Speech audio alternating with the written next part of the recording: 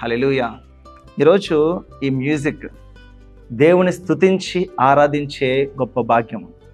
ఈరోజు దేవుడి వాక్యం నుంచి ఒక గొప్ప అద్భుతాన్ని, ఒక గొప్ప వాక్యాన్ని మనం చూడగలుగుతున్నాం. ఈరోజు ఈ వాక్యాన్ని మనం జాగ్రత్తగా పట్టుకోగలిగితే దేవుడి సన్నిధిలో ఎటువంటి గొప్ప అద్భుతాలు దాగి ఉన్నాయో మనం చూడొచ్చు. ఏంటో తెలుసది? ఆరాధన, స్తుతి. హల్లెలూయా. ఆరాధనకి స్తుతికి ఉన్న ఆ గొప్ప ఖ్యాతి మనం ఏంటి తెలుసా? చూడండి, దినవృత్తాంతంలో 2వ గ్రంథము 20వ అధ్యాయము 21, 22, 23 వచనాలు మనం చదువుకున్నాం. చూడండి, మరియు అతడు జనులను హెచ్చరిక చేసిన తరువాత యెహోవాను స్తుతించుటకు గాయకులను ఏర్పరిచి వారి పరిశుద్ధాలంకారమును ధరించి సైన్యము ముందర నడుచుచు యెహోవా కృప నిరంతరము ఉండును, ఆయన స్తుతించుడి అని స్తోత్రము చేయుటకు వారిని నియమించను. వారు పాడుటకును స్తుతించుటకును మొదలు పెట్టగా యెహోవా యూదా వారి మీదకి వచ్చిన అమ్మోనీయుల మీదను మోయాబీయుల మీదను శేయీరు మన్యపు వాసుల మీదను మాటుగాండ్రులను పెట్టెను గనుక వారు హతులైరి. హల్లెలూయా. దేవుని యొక్క ప్రజల మీదకి 3 దేశాలు, రాజ్యాలు వారి మీదకి వచ్చారంట. హల్లెలూయా.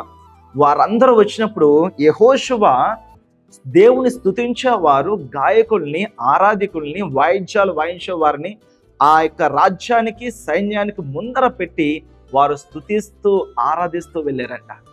ఈరోజు ఈ స్తుతి ఆరాధనలు, దేవుడి సన్నిధిలో ఆరాధన చేసేవారు, పాటలు పాడేవారు, వాయిద్యాలతో దేవుని మహిమపరిచేవారు ఈరోజు గొప్ప ఆధిక్యత కలిగి ఉన్నారు. హల్లెలూయా.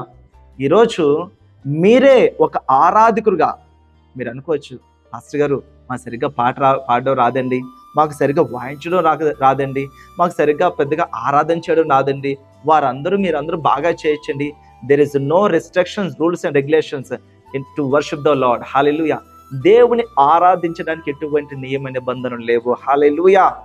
హృదయపూర్వకముగా కృతజ్ఞతాస్తుతులు మీరు ఎక్కడైతే మీరు చెల్లిస్తున్నారో, ప్రభుని స్తుతిస్తున్నారో, అదే ఒక ఆరాధన గృహముగా మారుతుందండి. హల్లెలూయా. ఆరాధన చేసే గృహము దేవుని పరలోకము.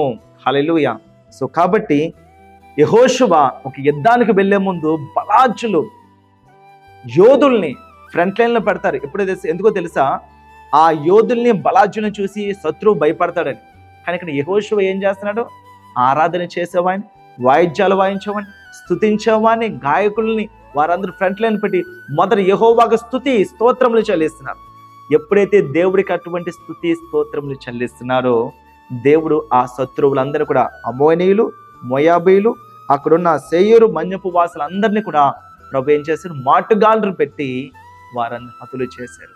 దాని తర్వాత వర్షం కూడా మీరు చదువుకుంటే ఒకరు చంపుకున్నారంటే వారందరూ బయలుదేరి ఇశ్రాయేలు ప్రజల మీదకి వచ్చారు, యెహోషువ జనం మీదకి వచ్చారు. కానీ దేవుడు వాళ్ళని కనుమరుగు చేశారు, వాళ్ళ కళ్ళుని గుడ్డితనం కలిగి చేశారు, వాళ్ళ అంధత్వం కలిగి చేశారు. చీకట్లో ఎవరు కనబడలేకపోవచ్చు, ఏదో జరిగింది మొత్తం మీద, కానీ విజయం వచ్చింది. హల్లెలూయా. వర్షిప్, ఆరాధించే వారుగా మనం ఉన్నాం. దేవుడు మనల్ని ఆరాధకులుగా పెట్టారు. ప్రతి ఒక్కరు కూడా ప్రభుని స్తుతించాలి, కుటుంబంలో దేవుని ఆరాధించాలి. మేము కుటుంబంగా దేవుని ఆరాధిస్తాం, మేము కుటుంబంగా మా కుటుంబంలో ప్రభుని ఆరాధిస్తాం.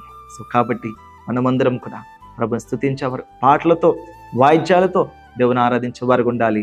ఎటువంటి శత్రువైనా సరే, ఎన్ని రాజ్యాలైనా సరే నీ మీద దండెత్తినా, ఎటువంటి అధికారులు వచ్చినా, మనుషులు, నాయకులు, నీకు ఎవరు సపోర్ట్ లేరా అనుకోవచ్చేమో, కానీ నువ్వు ఆరాధన చేసే వ్యక్తిగా నువ్వుంటే పరలోకమే నీకు సపోర్ట్గా ఉంటుంది. హల్లెలూయా. అక్కడ 3 రాజ్యాలని దేవుడు వాళ్ళని మట్టుమాయం చేసి ఒక్కరు కూడా తప్పించుకోలేదంటే, ఒక్కరు కూడా తప్పించుకోకుండా సమస్తం కూడా కార్యం చేశాడు ఆయన. సో కాబట్టి ఈరోజు ఆరాధన చేసే వరకు ఉంటారా? ఆరాధన చేయండి, దేవుడు రాజ్యాన్ని మీరు మీ కుటుంబంలో నెలకొల్పుతుంది. హల్లెలూయా. దేవుడు కొద్ది మాటలు దీవించును కాక, దేవుడు మిమ్మల్ని, మీ కుటుంబాన్ని ఆశీర్వదించును కాక.